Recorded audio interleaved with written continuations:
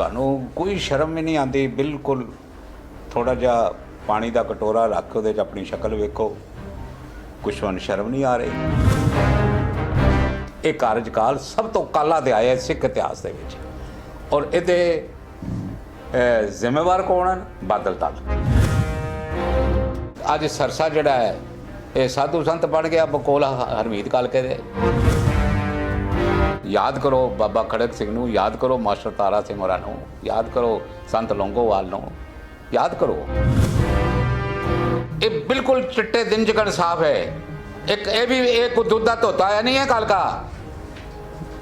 इहदे भी जब पाज उगड़न गए तो ये आराम नाल नहीं बैठेगा, पता नहीं रात सोंदे किवें। अज सारा बादल दल तड़फदा पिया ना, सुखबीर बादल जी गिरफ्तार कर लैणगे, गिरफ्तार कर लैणगे। आने वाले समय में भी ये चोरियां चकारियां दे जुर्मां दे विच यही रिपोर्टां आण गया जी, सरसा अज गिरफ्तार हो रहा जी, अज गिरफ्तार हो रहा जी, कल का अज गिरफ्तार हो रहा जी। प्रबंधक कमेटी के जनरल सकत्तर ते बादल दल का प्रधान हरमीत सिंह कालका प्रैस कॉन्फ्रेंस कर रहा है। उस प्रैस ते जिहड़े उहदे गल्लां सन उन्हां दा जवाब देना बड़ा जरूरी सी, इस करके तुहानूं अज शॉर्ट टाइम ते तकलीफ दी है। पहला उसका कहना सी जी भाई पिछली कमेटी ने कोई काम नहीं किया, असी बड़े काम किए, असी इतने काम किए भाई संगत जिहड़ी है वो बड़ी खुश हैगी साडे तो। मैं इसका एको गल पुछना चाहता भी असी अपने टैन्योर दे विच 550 बैड के हस्पताल जिहड़ी सी कंस्ट्रक्शन वो करवा दी, कमरे बन गए, सिर्फ उन्हां दी रेनोवेशन ते मशीनरी आनी सी जिहदा कि साडा BL कपूर दे नाल एग्रीमेंट होया, और उस एग्रीमेंट के मुताबिक इस वक्त तक हस्पताल जिहड़ा सी वो रनिंग कंडीशन विच होना सी। और अज तो ये समझ लो भी तकरीबन 4-5 साल च पहले ये जे हस्पताल रनिंग कंडीशन च हुंदा ते कितने पैसे आने सन? सानू तकरीबन 27-28 करोड़ रुपए सालाना आमदन होनी सी दिल्ली गुरुद्वारा कमेटी नूं। इस तो इलावा हज़ारां बंदियां दे गरीब सिखां दे इलाज भी होने सन। ये सारियां चीज़ां 8 साल बीतण तो बाद वो हस्पताल कित्थे गया कि यही तुसी देण दित्ती है दिल्ली दे सिखां नूं? तुहानूं कोई शर्म भी नहीं आती बिल्कुल। थोड़ा जिहा पानी का कटोरा रख उहदे 'च अपनी शक्ल वेखो, कुछ तुहानूं शर्म नहीं आ रही? ये गल करदे आ भी कौम का कितना नुकसान तुसी कर दिता है। इस तो इलावा तुसी सैकड़े करोड़ रुपया जिहड़े वो खा गए हो, तुसी चटम कर गए हो। इतनी भारी बर्बादी नुकसान तो बाद दिल्ली गुरुद्वारा कमेटी के सारे स्कूल जिहड़े ने दे आर इन शैंबल्स, बुरी हालत हैगी उन्हां दी। कॉलेजां की बुरी हालत हैगी। कॉलेजां दे तुसी जिहड़ा तुहाडा शेयर हैगा पैसे का वो भी तुसी यूनिवर्सिटी नूं दे नहीं पा रहे। किहड़ी गल हैगी जिहड़ी फिर वही गल हुंदी है, फिर दोबारा जब ये गल्लां खुलदियां ते गल करनी पैंदी हैगी। सब तो वड्डी जिहड़ी कल ये बादल दल का एक सब तो काला अध्याय हैगा, ये 8 साल के जिहड़े इन्हां दा कार्यशैल हैगी। ये कार्यकाल सब तो काला अध्याय है सिख इतिहास के विच, और इहदे जिम्मेवार कौन हैं? बादल दल, समूचा बादल दल। गल हैगी भी कल हरमीत सिंह ने यह गल कही हैगी जी, असी घट तो घट मेरा अंदाज़ा हैगा बई 50 लाख रुपया डिलाइट कंपनी जिहड़ी हैगी वो ऑडिटिंग का उन्हें जरूर लिया होना, क्योंकि आम ऑडिटिंग के 5-5, 10-10 लाख लैंदे ने, ते इंटरनेशनल फेम की कंपनी मैं समझदा भी 50 लाख तो घट नहीं लिया होना। इतने पैसे देने तो बाद वो रिपोर्ट बाहर क्यों नहीं आई? बाहर इस करके नहीं आई, it is a clear message to sangat बई उस रिपोर्ट दे विच पैसा खाधा गया है। बादल दल के थापे प्रधानां दा अक्स जिहड़ा वो ठीक नहीं रहा।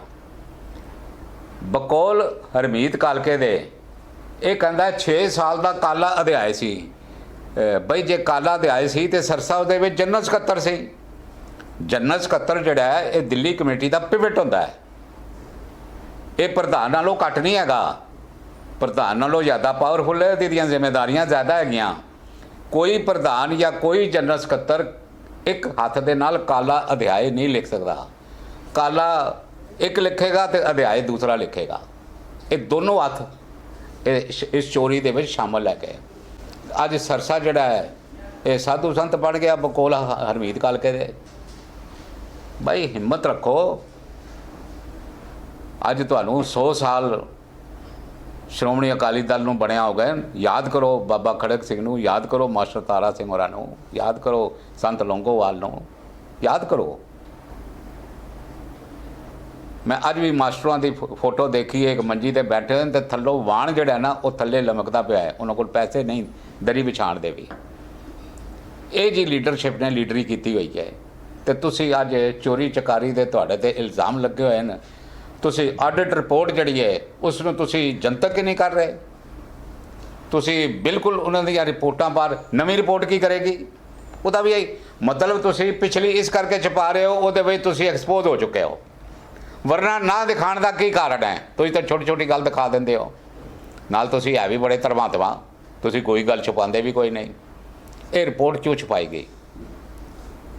सारी संगत नूं अपील है भी इन्हां सारिआं नूं ये चिट्ठियां लिखण, सारी संगत इस तो मुतालबा करे बई संगत दे विच रिपोर्ट जिहड़ी है जनतक करो। और इलैक्शन दे विच एक इशू होएगा बई इन्हां ने चोरियां कीतियां। और ये चोरी जी है देखो कितनी एक अजीब गल है। ये कहता जी असी कोर्ट में पेश करांगे, कोर्ट से कोई मसला ही कोई नहीं। मैं ऑडिटिंग रिपोर्ट जी है मैं कोर्ट में क्यों पेश करांगा? पर इन्हों ने ये बिल्कुल चिट्टे दिन चिकन साफ है। एक ये भी एक दुध का धोता है नहीं है कल का। ये भी जब पाज उगड़न गए तो ये आराम नाल नहीं बैठेगा। पता नहीं रात सोंदे किवें, रात सोंदे किवें। पर ये जे समझण भी असी प्रैस नूं बुला के प्रैस नूं दलील भी करांगे ते नाल असी धौंस भी देंगे भी असी नहीं दिखाते जी, असी नहीं देंगे जी। चलो वक्त आएगा, दिखाण वाले दिखाणगे, दिखाण वाले डिलाइट रिपोर्ट जरूर दिखाणगे। सब तो पहला काम होएगा डिलाइट रिपोर्ट जनतक की जाएगी। ये सब तो पहला काम होएगा। इन्हां दियां चोरियां चकारियां संगत के सामने आनियां चाहिदियां। जे तुसी साफ गो है गए कोई गल नहीं, दिखाओ। तुसी सानू दे दिओ, तू जे रखना है कंपनी रखेगा सन तो 7 दिन आसते असी तेरी 7 साल की सारी चोरियां बाहर कट देंगे। किहड़ा ऐसा हिसाब जिहड़ा सानू नहीं पता या सानू नहीं आंदा हिसाब किताब कर लो, सब आते हैं। मैं अज तुहानूं इस करके तकलीफ दी है। बादल दल जिहड़ा पूरी तरह एक्सपोज हो चुका है।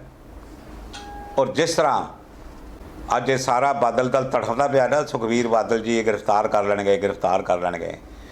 आने वाले समय में भी ये चोरियां चकारियां दे जुर्मां दे विच यही रिपोर्टां आउणगीआं जी सरसा अज गिरफ्तार हो रहा जी, अज गिरफ्तार हो रहा जी, कल का अज गिरफ्तार हो रहा जी। ये तलवारां इन्हां ते लटक चुकीआं और दुनिया हिसाब मंगेगी, इन्हां नूं जवाब देगी, इन्हां नूं इहदा भुगतना पेगा। गुरु घर दे विच जो चोरी माफ़ नहीं हैगी। किसी ने कोई होर कोई सवाल पूछना हो तो पूछ ले जी। सना जी जी रिपोर्ट की गल लैके उन्होंने की डिलाइट रिपोर्ट वाली जी है तो वो जेडे लोग वीर ने मिल के की सी उन्होंने वालों कोई जवाबदेही नहीं मंगी जा रही है कि जिन्होंने सारा उपराला सोचा सीगा। देखो एक कंपनी का एक असूल हैगा, ये जिहड़ा बंदा एनगेज करे ना ये उसनूं रिपोर्ट देंदे ने। उन्होंने एनगेज तो कर लिया, उन्होंने पैसे भी दिते ने अपने कोलों, पर जिहड़ी अथॉरिटी हैगी सबमिशन दी ते देण दी वो दिल्ली गुरुद्वारा कमेटी को लैगी।